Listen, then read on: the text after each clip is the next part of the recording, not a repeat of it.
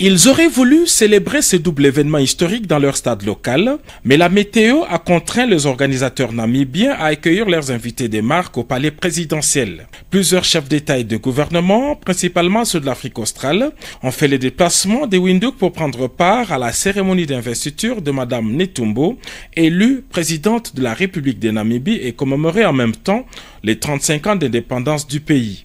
Arrivé ce vendredi matin, le président de la République, Félix-Antoine Tshisekedi Tshilombo, a participé à cette cérémonie en sa qualité de champion de la masculinité positive, plébiscité par ses pairs de l'Union africaine. Comme le veut la tradition, le président sortant a remis les attributs du pouvoir au président de la Cour constitutionnelle, qui les a remis à son tour à la présidente élue. Dr Netumbo a prêté serment et devient ainsi la première femme présidente de la République de Namibie et la deuxième femme africaine après Ellen Johnson Sirleaf à accéder à cette plus haute fonction d'État au terme d'une compétition électorale. Dans son discours d'investiture, la nouvelle présidente de la République de Namibie a pris l'engagement de créer des emplois, de poursuivre l'œuvre de la prospérité, de lutter contre la corruption et d'ouvrir davantage son pays à des partenariats gagnant-gagnant. L'événement est tellement historique qu'il a mobilisé, outre les chefs d'État de la SADC, des anciens dirigeants de la région et toutes les personnalités féminines africaines ayant exercé la fonction présidentielle. La présidente de Tanzanie, Madame Samia Suluhu Hassan, s'est félicitée du leadership féminin. Âgée de 73 ans, la nouvelle présidente de la République a un cursus politique exceptionnel. Entrée en politique à 14 ans, elle a milité au sein de l'Organisation du peuple du Sud-Ouest africain, SWAPO, où elle a franchi tous les échelons jusqu'à la présidence du parti. Plusieurs fois ministre puis vice-présidente de la République, Dr Netumbo va désormais présider à la destinée de ce jeune pays de l'Afrique australe, l'un des plus stables et prospères d'Afrique.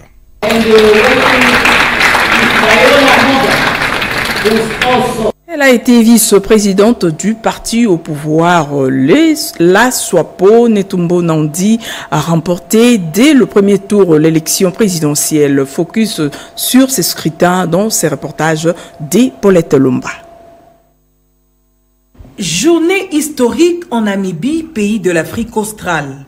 Elle, c'est la toute première femme élue présidente de la République depuis l'indépendance de la Namibie. Netumbo Nandi Ndaitwah, 72 ans, actuelle vice-présidente issue du parti au pouvoir, a été élue dès le premier tour avec 57,31% de suffrages. Comme 5e chef d'État de la République, la commission électorale de ces pays d'Afrique australe l'a annoncé mardi au cours de la cérémonie des publications des résultats de l'élection présidentielle. Le parti de celle que le pays surnomme NNN, l'Organisation du peuple du Sud-Ouest africain, la SWAPO, dirige la Namibie depuis son indépendance en 1990. Ce pays riche en minerais compte 3 millions d'habitants. Le premier opposant, Panduleni Itula, arrive loin derrière avec seulement 25,50% de voix dans cette élection qui a connu une forte participation, mais aussi de nombreux cafouillages. Les élections présidentielles et législatives du 27 novembre ont dû être prolongées à 2 reprises en raison de problèmes logistiques et techniques, avec notamment une pénurie de bulletins de vote. Plusieurs chefs d'État africains et des gouvernements ont effectué les déplacements à Windhoek, capitale de la Namibie, pour assister à la cérémonie d'investiture et des prestations de serment du nouveau chef d'État. Parmi eux, le président de la République démocratique du Congo, Félix-Antoine Tshisekedi Tshilombo. À Kinshasa, la première ministre Judith Suminwa a présidé hier la 36e réunion du Conseil de ministres. Parmi le point, le respect de la suspension de l'exportation et de mesures réglementaires de la commercialisation du cobalt. Le compte rendu avec le porte-parole du gouvernement, le ministre de la Communication et des Médias, Patrick Mouyaya. Suivez. La communication du président de la République lue par la première ministre chef du gouvernement a porté sur un seul point, à savoir du respect de la suspension des exportations et des mesures réglementaires d'encadrement de la commercialisation du cobalt et d'assainissement de sa chaîne d'approvisionnement.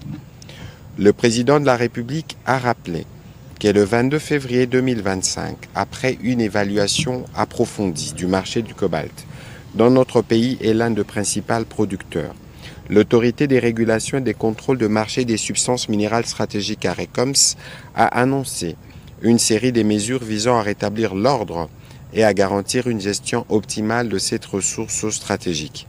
Parmi ces mesures figurent la suspension temporaire des exportations de cobalt en provenance de la République démocratique du Congo, une décision essentielle pour mettre un terme à la commercialisation anarchique et préserver les intérêts économiques nationaux.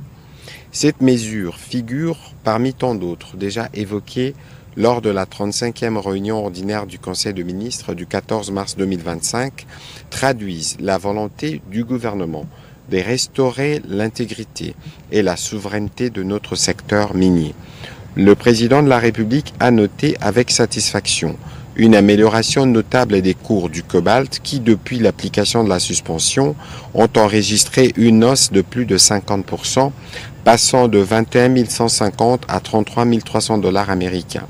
Ces niveaux, le plus élevé depuis mai 2023, valident l'approche adoptée par le gouvernement et permet d'envisager à court terme un rétablissement significatif des contributions en revenus de l'État issues de l'exploitation de cette ressource. Plus encore a-t-il souligné, cette dynamique ouvre la voie à une transformation locale accrue, réduisant notre dépendance aux exportations brutes et favorisant la création d'une chaîne des valeurs à haute valeur ajoutée au sein de notre économie.